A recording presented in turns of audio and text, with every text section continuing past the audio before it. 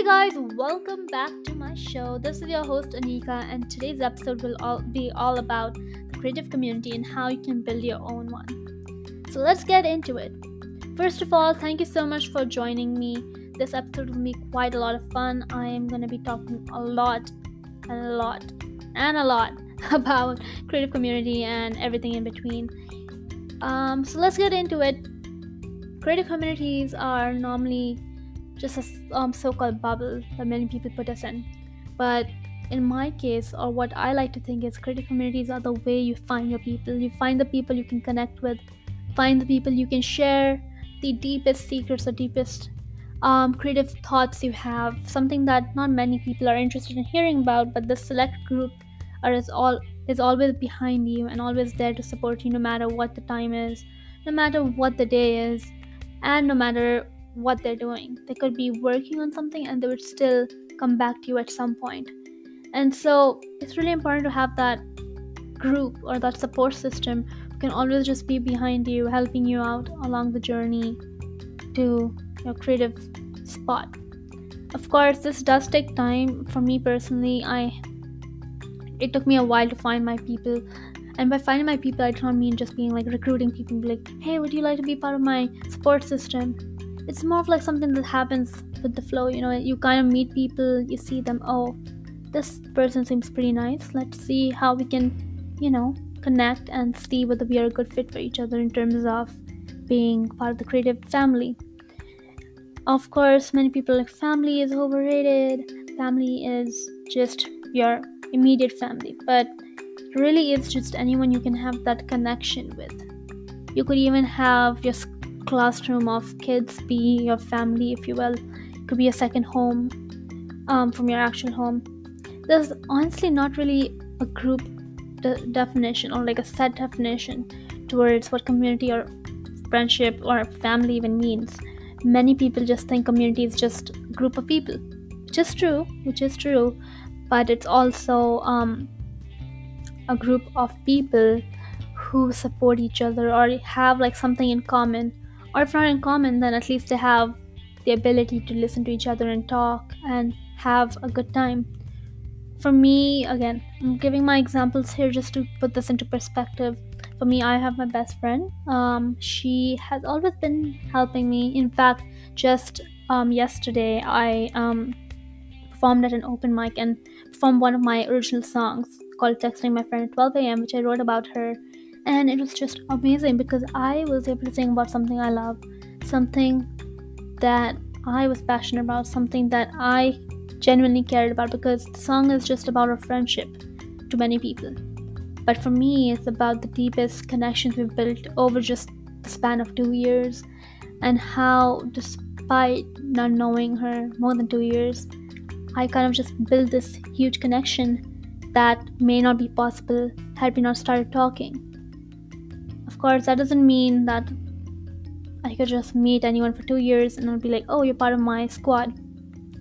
For me, it just takes time to understand who is a good fit, because sometimes what happens is, if you become too naive or too acceptive of many people, they're gonna try to burst your bubble, be mean to you, rude to you. But I think that's just part of life. At this point, I've learned that when you get rejections, exceptions, you have bullies going on around, that's normal. It's kind of like become this normalized culture now, which I think is pretty bad in my opinion, that like the maid police and all the things, cyber police and all those things around that culture, very normalized.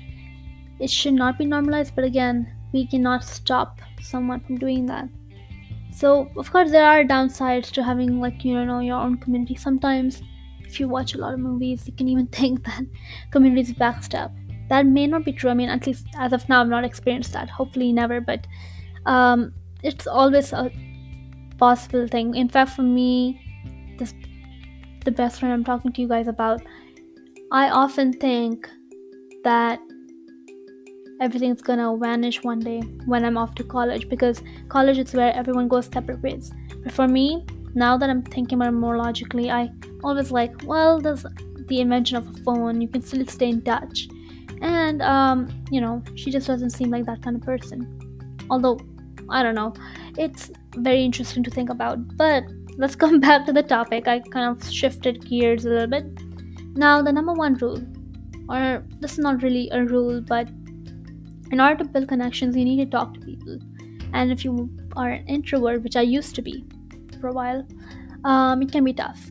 But now that I'm an extrovert, it helps me, I'm already talking to people without them even coming to me, which can be interesting because not many people want to talk every single moment of their life. Some of them just want silence for a bit, which is tough in the sense that you will want to talk, but they would not want to listen because they're not interested at the moment. But what I'm trying to say is that when you're building connections, you're gonna have to think about, does it feel like a two-sided road where both of you are contributing, or if it's just one side where like they're just in it because they wanna feel like they're part of something big, when in reality they're just sitting there and not saying anything to you, not contributing, not even acting nice with you, and just sitting there judging you for no reason at all. That's something you would want to avoid. Another thing is having a mentor. For me personally, my mentor before all of this was just myself. I had myself, my parents, that's it. Because no one has ever done podcasting in my family, so I was on my own. I did it by myself. Now in high school though, starting this year actually, I've had more indirect help from one of my teachers from school. He's my journalism teacher actually. Shout out to him. I know you might be listening to this. He's really helped me because he has constantly, given me feedback on any of the stuff I've done, be it for my podcast or even the stuff I write in his class. And I think it's really important to have that one person for you, because personally for me, he has done a lot for me. Especially like when I come to him for validation in terms of any assignment we're doing, he always tells me, you know what you're doing, go ahead and do it. And I think that's really important, because when you have the person who believes in you, who knows that you're doing well, it's refreshing and also empowering, because it helps you keep on moving to the next step. So it's, again, that's a very important thing to have. Look for people who will treat you well, respect you, but will also be harsh with you at times, so that you can grow as a person. Now, again, do not mark my words wrong, because I'm not telling you to find the harshest people on earth. Nor am I telling you to find the nicest people. I'm telling you to find someone who is in the middle, where like they're not mean, but they're also not too nice. Of course, I know I sound kind of hypocrite, because my best friend, she is completely nice, but she also does give great advice. She's like a therapist, pretty much. It's kind of funny, because anytime I have a problem, I'm just like, hey, can you help me with this? And so it's just a mixed thing, because not only is she my closest friend, but she also acts like a therapist sometimes, which is really nice. It's like I have my own in-house therapist, which is funny because normally friends are just friends and there's nothing much to it. So yeah, that's very nice. And that's actually another thing that you can kind of look for, like someone you can open up with, someone you can be around without wanting to change yourself, changing who you are, is when you've clicked, you've hit the right spot, and this is someone you will want to keep for the future. Now, speaking of not changing yourself, authenticity is very important too. You do not want to act like someone else just to build your squad or build your community for yourself, because at the end that's going to backfire on you. You would have to be true to who you are. And so if you are someone who does not like music at all, but you're trying to find music people because you need them, that is okay, but do not pretend. I mean, just simply say, I need music for my script that I'm working on, could you help me? Simply ask. Like, I know for a fact that people do not like it when you try to be someone else, and it's very important to, like, especially in the world where catfishing and all that stuff is real, where people are just pretending to be someone, it's important to, like, be authentic to who you are, believe in yourself, just keep going. So a roadblock comes along your way, just jump over it. Be like Mario, basically. Just jump over hurdles, collect your coins, and do everything you can to be the best version of yourself you can be.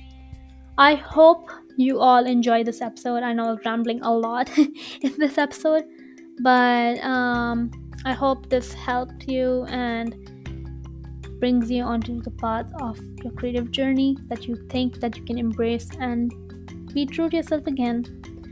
Thank you so much, everyone, and I hope you all have an amazing week. Thank you.